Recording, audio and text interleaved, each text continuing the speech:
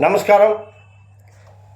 నేను 5వ తారీఖు రోజు సాయంకాలం 8 గంటలకి నేను పెట్టిన మెసేజ్, అయ్యా పార్టీని డెవలప్ చేయండి, పార్టీని అధికారంలో పదవులు తీసుకొని మీరు పార్టీని డెవలప్ చేయకుండా ప్రతిపక్షంలో వాళ్ళు ఉన్న మనకు ఒకవేళ ఎమ్మెల్యే సీట్లు గెలిచినా గెలవకపోయినా మనం ఈరోజు మన ప్రతిపక్షం కింద లెక్క. ప్రభుత్వం చేస్తున్న అక్రమాలని ప్రజల యొక్క సమస్యల మీద పోరాటం చేయలేకపోతున్నారు. పెద్దలని కలుపుకోలేకుండా పార్టీ వదిలిపోయిన వాళ్ళని అట్టాన్ని వదిలేసేసి మీ పార్టీకి మీరు మీ పదవులు తీసుకొని ఉంటున్నారు. కాబట్టి ఇది పద్ధతి కాదు. మీరు జిల్లాలో రాష్ట్రాల్లో మొత్తం మీద పర్యటించి న్యాయం చేయాలని నేను మాట్లాడిన దానికి నన్ను అసంఘటిత కార్మిక ఉద్యోగ కాంగ్రెస్ ఆయన ఆర్గనైజ్ సెక్రటరీ గారంట, నేను పెట్టిన మెసేజ్ పెట్టిన 5-6 నిమిషాలకే, అంటే ఒక అరగంట గంట నీకు నన్ను పార్టీని సస్పెండ్ చేశానంటారు. ఏమండి, ఒక ఆర్గనైజ్ సెక్రటరీకి నేను సౌత్ జోన్ ఇన్ఛార్జిని మరియు నేను రాష్ట్ర అధికార ప్రతినిధి, నన్ను సస్పెండ్ చేయాలంటే ఒక్క ఉదిత్ రాజు గారికి ఉంది.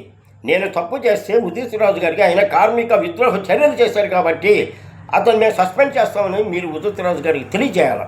అటువంటిది లేకుండా మీరు కేవలం నాపై కక్షతో, అంటే మీ యొక్క నాయకులను, మీరు కాళ్ళు ఒత్తుతున్న మీ నాయకురాలను నేను విమర్శించానని, అయ్యా మీ యొక్క నాయకురాలు ఏ రోజంటే ప్రజా సమస్యల మీద పోరాటం చేసిందా? మీరు అనేకమైన సమస్యలు ఈరోజు ఆంధ్రప్రదేశ్లో ఉంటే ఒక్క సమస్య మీద మాట్లాడిందా? కాకపోతే వాళ్ళ అన్న యొక్క దీని మీద తన ఆస్తి సమస్యల మీద మాట్లాడిందే కానీ ప్రజల సమస్యల మీద ఏ రోజు కూడా మాట్లాడి పుణ్యానికి పోలేని ఆ యొక్క నాయకత్వం మాకు అవసరం లేదన్నాను. ఇది యథార్థమే. అయితే నన్ను సస్పెండ్ చేస్తారా? నేను ఏ ఫ్యాక్టరీ కాడకు పోయి ఏ కార్మికులకు సమ్మెలు చేయించి వాళ్ళని రోడ్ల పాలు చేసి నేను మేనేజ్మెంట్తో డబ్బులు తీసుకొని ఉంటే నువ్వు నన్ను సస్పెండ్ చేయి, అది నిరూపించి చేయాలా?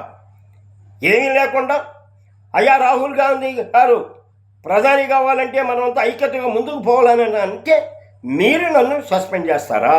అయ్యా మీ నాయకత్వం బాగు చేసుకోవాలనంటే మీ యొక్క నాయకురాలని, మీ నాయకురాలని అన్నానని నన్ను సస్పెండ్ చేస్తారా? నేను ఏడన్నా తప్పు చేసుకుంటే మీరు చేయాలా? నేను ఎన్ని మెమోరాండాలు మీ నాయకురాలకి గౌరవనీయులైన మన షర్మిలారెడ్డి గారికి ఇస్తే, నెల్లూరులో ఇస్తే ఆమె తీసుకొని, అయ్యా ఆర్టీసీ కార్మికుల సమస్యల మీద నేను మెమోరాండం ఇస్తే దాన్ని మరి విజయవాడ పోయే లోపల మరి పెన్నా నదిలో పడేశారా? ఆ విజయవాడలో కేకేసీ మీటింగ్, రాష్ట్ర మీటింగ్ జరుగుతుంటే మేము చీఫ్ గెస్ట్గా వచ్చి మెమోరాండాలు ఇస్తే ఆమె ఆ మెమోరాండం తీసుకొని ఆమె ఏమన్నా అక్కడ కృష్ణాలో పడేశారా? కాబట్టి మా సమస్యల మీద ఏ రోజు కూడా పేపర్ ప్రకటన ఇవ్వలేని నాయకత్వం పనికి రాదు అని చెప్పిన మాట వాస్తవమే. ప్రజల సమస్యను పరిష్కరించలేకపోయింది. ఎంతసేపు తండ్రి పేరు చెప్పుకుని రాజశేఖర రెడ్డి గారి పేరు చెప్తుంది. ఆ రాజశేఖర రెడ్డి గారి విగ్రహాన్ని పడేస్తే దాని గురించి ఇంతవరకు ఒక స్టేట్మెంట్ లేదు. అయ్యా ఎక్కడన్నా పార్లమెంటులో మహిళా బిల్లు అని ఆదినాయక కాంగ్రెస్ పార్టీ వ్యతిరేకిస్తే ఇక్కడ నిరసన లేదు. అయ్యా పనికి ఆహార పథకం మీద అక్కడ వాళ్ళు ఒక చర్య తీసుకోవాలంటే ఆంధ్రప్రదేశ్ నుంచి కనీసం సంతకాల సేకరణ చేయలేకపోయినారు. మీరు రాష్ట్ర కమిటీలో ఉండి రాష్ట్రం యొక్క కాంగ్రెస్ పార్టీ కమిటీలో వేయలేకపోయినారు. అయ్యా సస్పెండ్ చేసిన కేపీ కృష్ణారెడ్డి గారు, మీరు అధికారంకి వచ్చిన తర్వాత మీరు అసలు జిల్లాలలో కమిటీలు వేసారా? జిల్లాలలో కమిటీలు వేసి ఏదైనా ఒక తిరుపతి తప్ప ఇంకెక్కడికన్నా పోయి మీరు సమావేశం జరిపారా? విజయవాడలో మటుకు పెట్టారు. డబ్బులు లేకపోతే డబ్బులు కావాలన్నారు. అయ్యా మీకు డబ్బులు కావాలంటే మా ఆర్టీసీ రిటైర్డ్ కార్మికుల యొక్క జీవన వృత్తి, దాంతో సూపర్ లగ్జరీ ఉచిత ప్రయాణ కల్పిస్తానంటే మా కార్మికుల తరపున నేను 2 లక్షల రూపాయలు ఇస్తాను.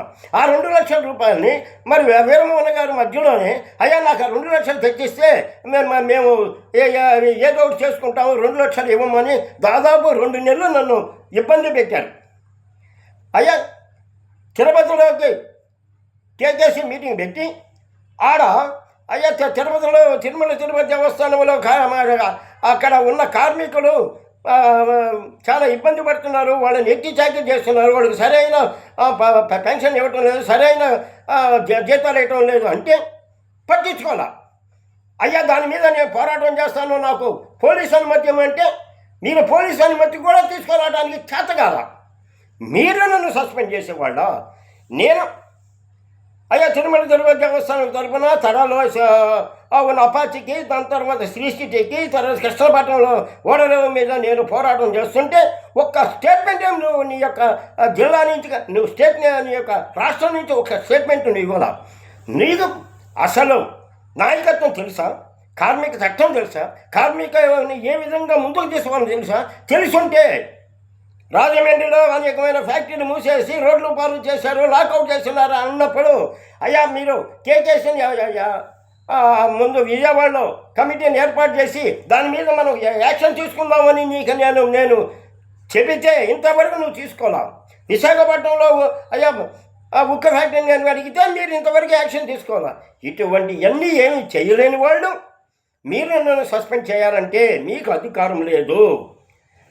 కాబట్టి మరి ఒకసారి చెప్తున్నా, నన్ను సస్పెండ్ చేసే అధికారం, నేను సౌత్ జోన్ ఇన్ఛార్జిని అంటే ఒక రకంగా నీతో సమానంగా ఉండే వ్యక్తిని కాబట్టి నన్ను చేయాలంటే మీరు ఉదిత్ రాజుకి ఆల్ ఇండియా అధ్యక్షుల వారికి తెలియజేసి వారి యొక్క సలహా తీసుకొని నా మీద ఎంక్వైరీ చేసి నేను ఎంక్వైరీలో కార్మిక విద్రోహ చర్యలు చేస్తుంటే నువ్వు సస్పెండ్ చేయాలా.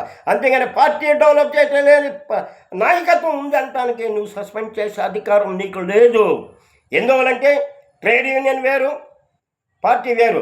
ట్రేడ్ యూనియన్ పార్టీలో చేయాల, మనం వాళ్ళకి అనుబంధంగా ఉండటమే కానీ వాళ్ళ యొక్క పరిస్థితిని మనం యాక్షన్ తీసుకోవడానికి లేదని మీకు తెలియజేస్తూ, నా మీద మరి ఈ యొక్క సస్పెన్షన్ నేను ఒప్పుకోవటం లేదు. నేను రేపటి నుంచి కూడా నేను అసంఘటిత కార్మిక ఉద్యోగ కాంగ్రెస్ ఇన్ఛార్జిగానే నేను స్టేట్మెంట్లు ఇస్తానని తెలియజేస్తున్నాను. ఈ సస్పెన్షన్ని మీరు ఏం చేసుకున్నా కూడా నేను అంగీకరించటం లేదని తెలియజేస్తూ విరమిస్తున్నాను.